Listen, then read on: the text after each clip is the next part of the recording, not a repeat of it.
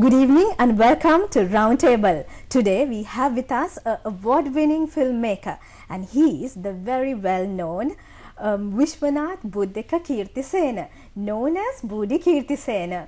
So good evening, Boodi. Good evening. And you are known for your hit films like Milla Soya and Nimneka Hudakalawa, which is still not released, and then so many productions we need to speak about. But before we speak about all that, do tell us the story as to how you became an award-winning filmmaker.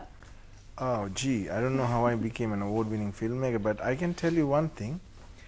I came into films because, I mean, you know, if you talk about the history, would be I think my great grandfather had a cinema called Violet Hall, and they used to do theatre. I think that's what they call theatre now.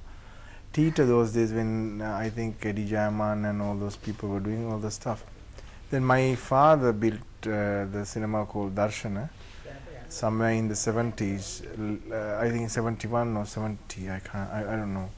And then I can't remember. So, but then of course watching movies, just like in Giuseppe Tornatore's Cinema Paradiso, I started watching movies at that cinema, and then also I discovered people like Alan Parker, Steven Spielberg, and Sri Lankan filmmakers like Dharmasena Pathiraja and Vasanto Abeysekera, of course Dr. James Pearce, Lester James Pearce. They are the people who inspired you. They are the people who inspired me to come into filmmaking.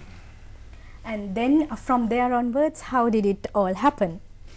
Oh, well, I wanted to be a, pilot. Okay. And then I thought I'll be a young Einstein, because I was so interested in math and physics and all these things, how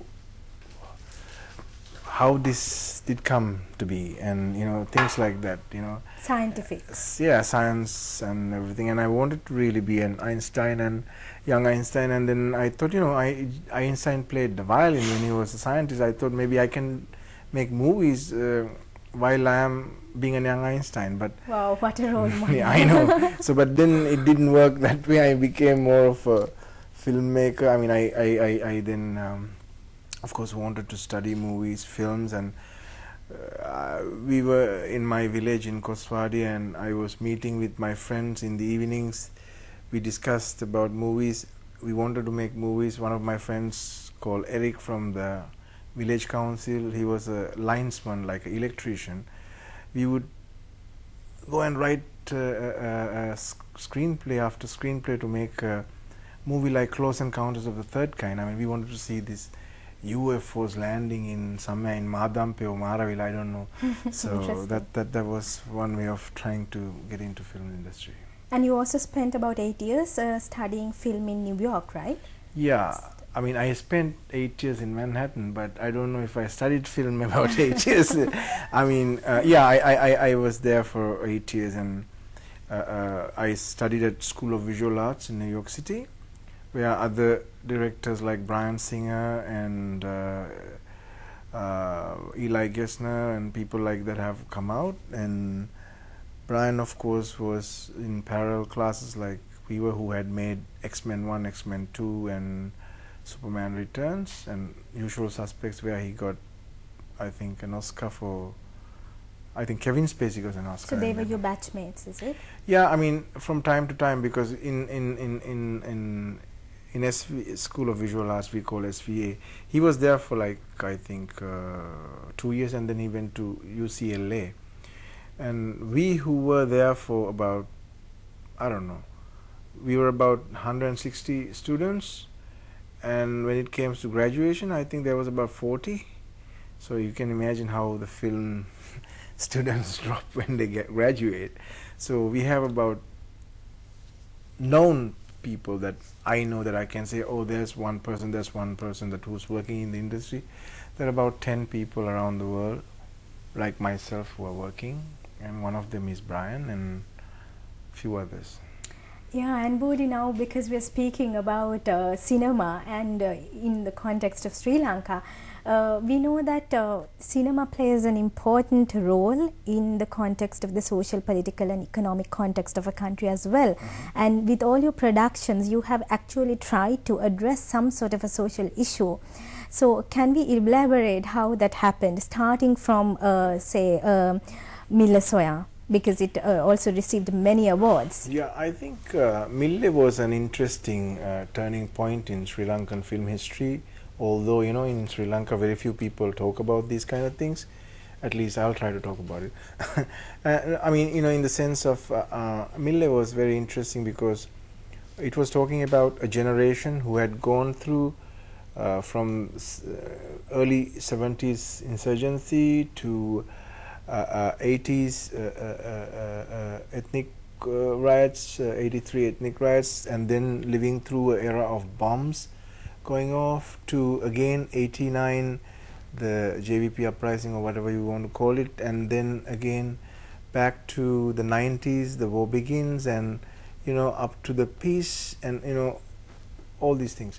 So it's about a generation of that time. And definitely it's talking about issues of the country, what was happening, what was going through young people's minds. And a person in my village who wanted to be like Bob Marley, who's just like a dreamer in another country who wanted to become like inspiring Bono or something. So it was very you know, very much focused on the young people of that time and why they were being like that. I mean, you know, music became a huge industry in Sri Lanka. I mean, any country it's a huge industry, but this especially became a huge industry in where I come from, that is Koswadi, that's close to Maravilla. Then you have Mahavava, and then Chilau, Halawata, and you know, group bands like Sunflower, Marians. I had a band called Boodi and the Woosies. So I mean, all these bands, even Flashback, these things came out from those areas, which are huge bands today, except for mine. So you are also getting the personal experience into it, yeah, and experiences of other people as yeah, well. Yeah. And it's also sort of an analysis of what the aspirations of youth and the fact that they could not realize it in Sri Lanka. And is it, how did you sort of come to the point Yeah. of addressing that particular issue? That's a very interesting point. I was through my studies, I was traveling back and forth to New York. I mean, that time there was KLM flying via Tehran or whatever, and you know, whenever I was coming back, they would stop in somewhere in Arabic world, and then you know, all these housemates and people who had gone to work in the Western countries, they would get into the flight, and you know, you would hear them talking Sinhala, Tamil, or whatever, and then you know, they sit next to you, and then they will start talking to you, because the common thing is the landing card. They have to fill up the landing card. So when they have the landing card, they will talk to you and say in sign language or Sinhala or Tamil, can you help you know, filling this? And then when you talk to them, there are stories like, you know, they've gone for a job, they have been promised and it was not given, it was completely different. I mean, they were promised a cooking job, they were put as gardening or something, you know, I mean, or labor or something. And some people were bringing money back, some people were not paid, some people were like not happy, this and that. And there were people from Trincoat to Jaffna to wherever, I mean, from any other part of Sri Lanka.